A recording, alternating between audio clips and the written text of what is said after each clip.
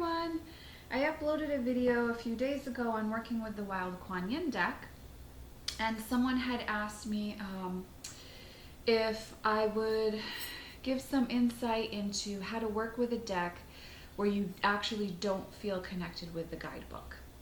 And I thought this was actually a great question, and if you're someone who is coming up against this or new to working with Oracle decks and really doesn't feel connected to a certain deck and doesn't know how to necessarily handle that, I thought this was a great, great question to ask and a great time to make this video response before I forget to do that, because I know you all will ask me questions and sometimes I get sidetracked and I don't get back to a certain thing. So this felt like a really great way for us to have a conversation about this, and also just give you some ideas if you are not wanting to pass a deck along but not feeling super connected to the guidebook.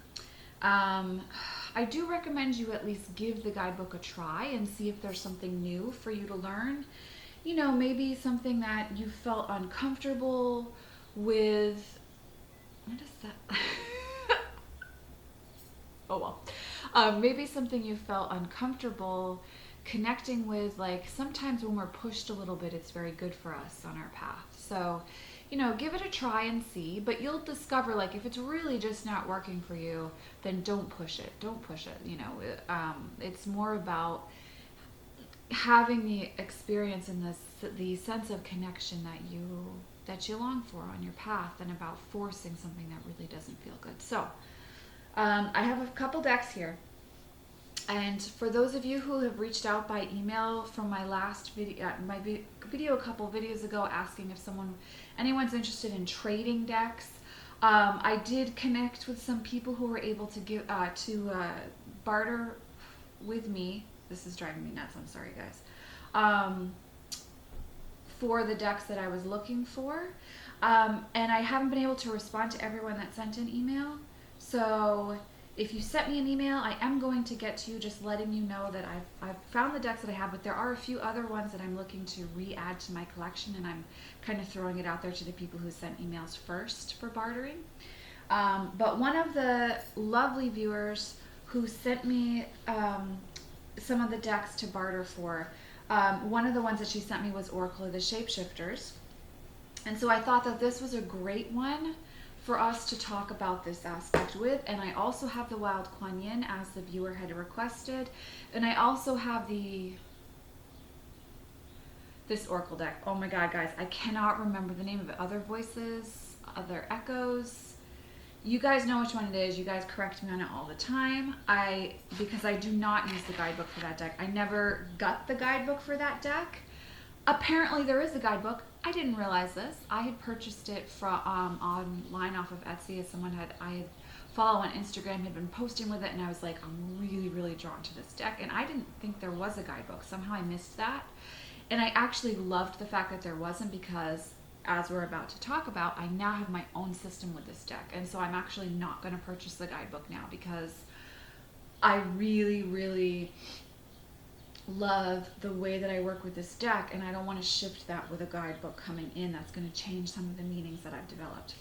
So the most important thing that I can say, if you're going to work with a deck and not use the guidebook at all, is that you have to, and I say this even if you're going to use the guidebook, but especially if you're not going to use the guidebook, you need to spend time developing your own system of meanings for the cards.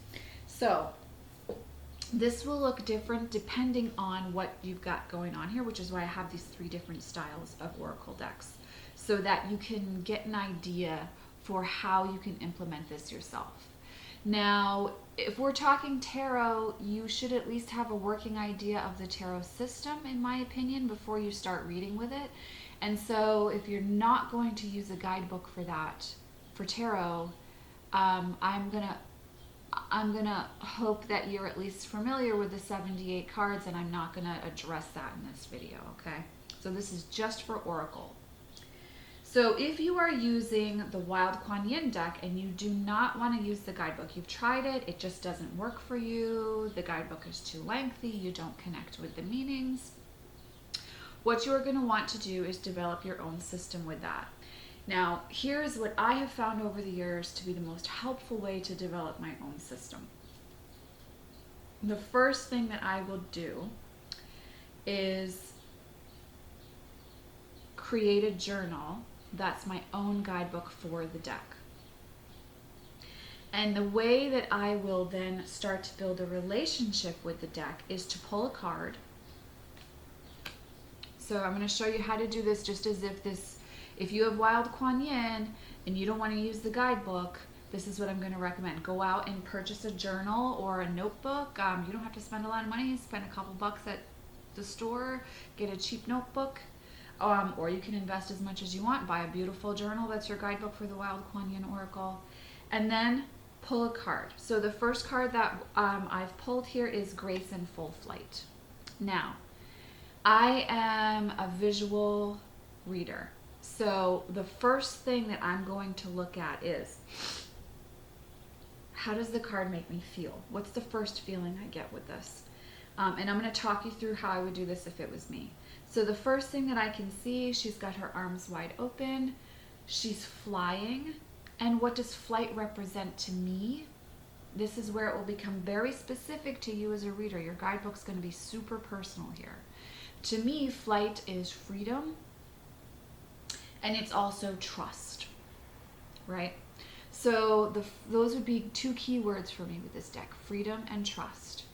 That makes me think of taking a leap of faith, which makes me think of the Fool in tarot, because I'm always first and foremost a tarot reader. So anytime I'm working with cards, I'm going to reference the corresponding card in tarot.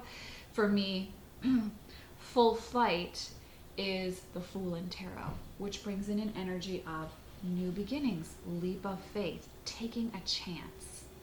And then I see behind, so I see her flying. So typically my understanding from working with the deck is that the woman is usually Kuan Yin in some way, and the yak is typically representing me or my querent, the client, if I'm reading for someone else.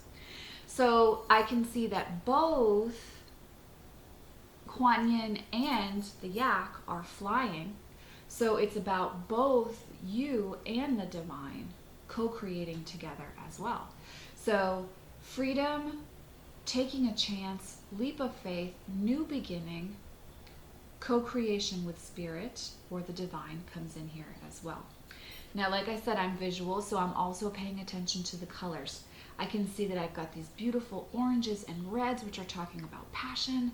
And then I've got these light blues coming in, which to me is connecting the crown chakra with the throat chakra, communication as well. And the aspect of grace comes in from the title. So we're talking in some ways about communication of our truths. This would mean sharing with other people as well. So it's an experience that isn't just personal, it's shared with others. So it's also a sharing of the journey. So you can see that just from looking at the image, spending a little time with it, I'm starting to get a feel for what the card is telling me. There's trust here, there's a leap of faith, there's new beginnings, and there's a sharing of our truths as well. So you can see that there are a lot of layers to this card, even without using Alana's guidebook. Just with using the artwork, you can start to craft meanings for the card. So what you will want to do is jot down those first initial feelings you get with the card. Jot that down in a journal, and set up a correlation for each of the cards. So there'll be a page for each card, a page or 2 pages or however long you'd like to make that space for each card. And you'll go through and do this for each card in the deck. Okay? So that's going to take time and investment of energy. So you have to a certain extent, be willing to devote that much time. So you might do this very slowly over a year and just draw a card a day and write down what that means. And then, as you're building up those guidebook meanings, working with your deck, you'll start doing spreads. And so then you might start writing a few more card meanings a day.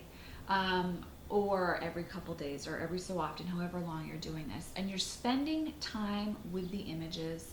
You're getting to know the images, the deck. and you're developing your own meanings for them. Another thing, and I say basically the same things for all these aspects, because it really is about this to me. So the other thing that you can do that's going to be really potent for you in working with the deck is to journey with the cards, is to go on a guided journey with the cards, to actually step into the image and let the image take you on a journey, then come back from that and write down the meanings and the understandings you have of the card from that experience. So it involves spending time with the deck, and it involves getting to know the deck. All right. And this is what I would really recommend you do if you want a guidebook with your deck. And the quickest way, oh my God, sorry guys. The quickest way for you to get the deck into a working relationship with the deck is to actually use it. So you want to use it in spreads. And what I have found, so I'm going to put the Wild Kuan Yin deck down, and I'm going to go to this deck, the Other Voices, Echo, Oracle of Echoes, whatever it's called. I'll try to put a link to the deck in the drop down box. With this deck, I used it all the time with tarot. So what I do when I read is tarot is my main story, and then my oracle deck that I will have with me is a clarifier. So I'll throw down a tarot card. Let's say I throw down the Lovers, then I will throw down, I'll do a whole spread. So usually 5 or 6 cards, maybe 8, and I'll throw down 2 to 3 oracle cards for clarification. All right, and so I'll slap those down next to the 8 cards, right? Okay. So what do I get? Intuition, New Horizons, and Look to Nature.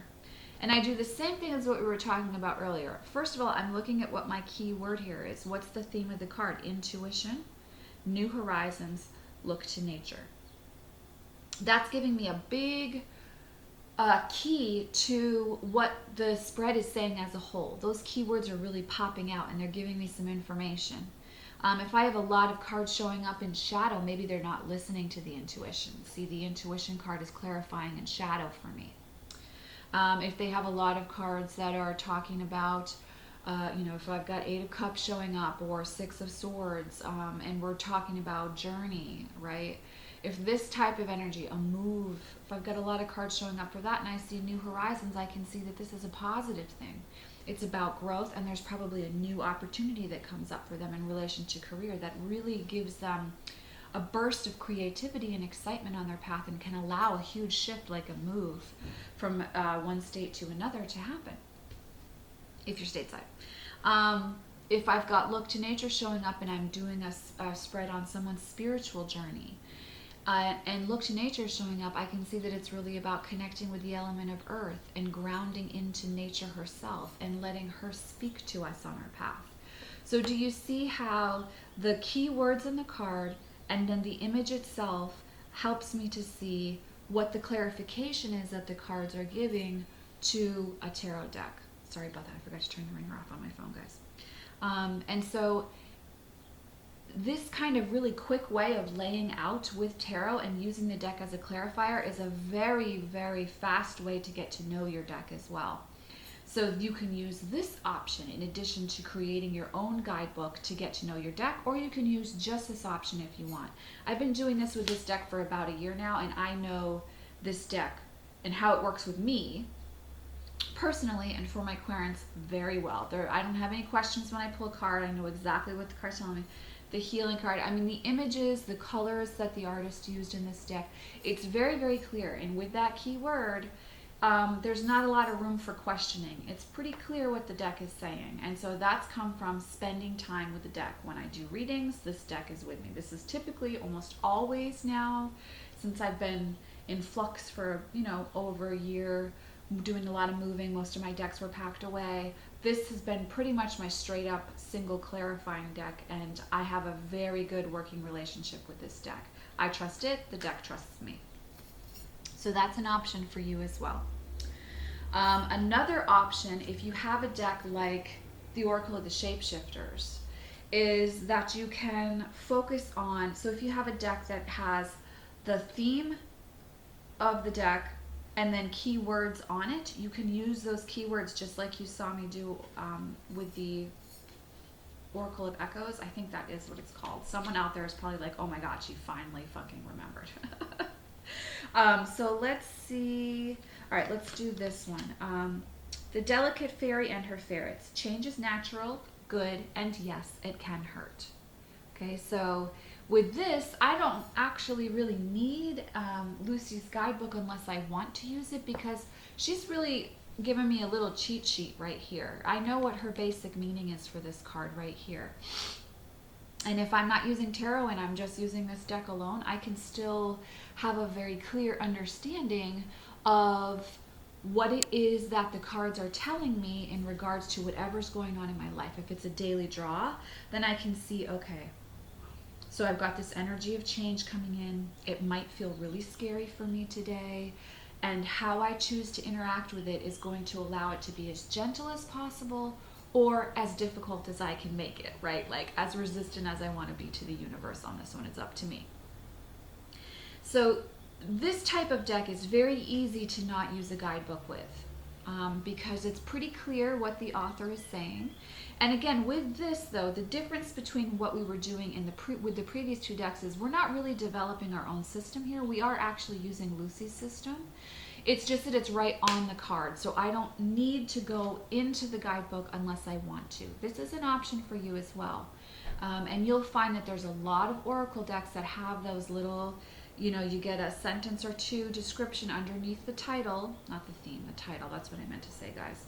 And it lets you know basically what the card's telling you. Not going into super detail, but it gives you a basic boom, boom, boom, so you can go forward. So this is an option for you as well if you have an Oracle deck that's got that title and then a sentence or two underneath with a description. A lot of Hay House decks have that. So if you're someone who likes Hay House decks, you've got that option as well. And there are some, not, Alana doesn't really do that, from the decks of hers I have. Colette, in her older ones, she does have that too. So if you're a Colette Baron Reed gal or guy, or unicorn or fairy or vampire, I think you'll find that if you're a Colette girl, guy, unicorn, vampire, mermaid, all the beautiful things, her older decks will have some keywords in there for you, so you don't have to reference her guidebook if you don't want to. And you might find you really enjoy that when you have like a passing relationship with a deck. So if you don't use the Oracle, the Shapeshifters all the time, and you're just pulling it out and throwing down for something for yourself, or you feel connected to it for a certain amount of time, this can be a great option because you've got those keywords. So you don't have to pull out the guidebook unless you want to. So these are 3 different ways that you can work with your decks depending on the type of deck that you have, without using, referencing, accessing the guidebook. Specifically for my viewer who was asking about Wild Kuan Yin, you can use the title like I did with that Grace card, or you could actually ignore the title completely and kind of develop your own title for the card. So I just want to say you have that option too. Be led by the path before you. I think the titles in this deck work well for creating your own meanings because you can see that there's a path in this deck, in this card. You see the rose petals being strewn out before you. So there definitely is, I think you can develop your own meanings and still use the card titles, but if you don't want to, if you're really like, I need to kind of divorce myself from the guidebook completely and just develop my own meanings with the images, then I would say feel free to disregard that title. If you're choosing to create your own meanings from a deck with, that you haven't created yourself, it's a long process. It basically is creating your own deck. So it's going to take you time. It's going to be a journey. I speak from experience. I'm writing, creating my own deck right now as well with Nick, my partner. So it's going to be a journey, but you will learn a lot about yourself, and have a ridiculously strong connection with your deck. Like, you will know what the deck is saying to you very clearly, even when you don't want to hear it, when you have worked at that depth with a deck. So those are some options for you if you're out there and you're like, I don't feel comfortable with my guidebook, I don't like it, I don't want to use it, but I want to keep the deck because I love the artwork and I want to actually use the deck. I love not just letting a deck sit and gather dust, but using a deck. Like, you guys know that makes me really happy. So I always want to encourage that. Thank you so much for watching, guys. Sorry that I rambled so long on this one. I hope that for the viewer who would ask, this is helpful. And much love, many blessings, peeps. I'll see you in the next video.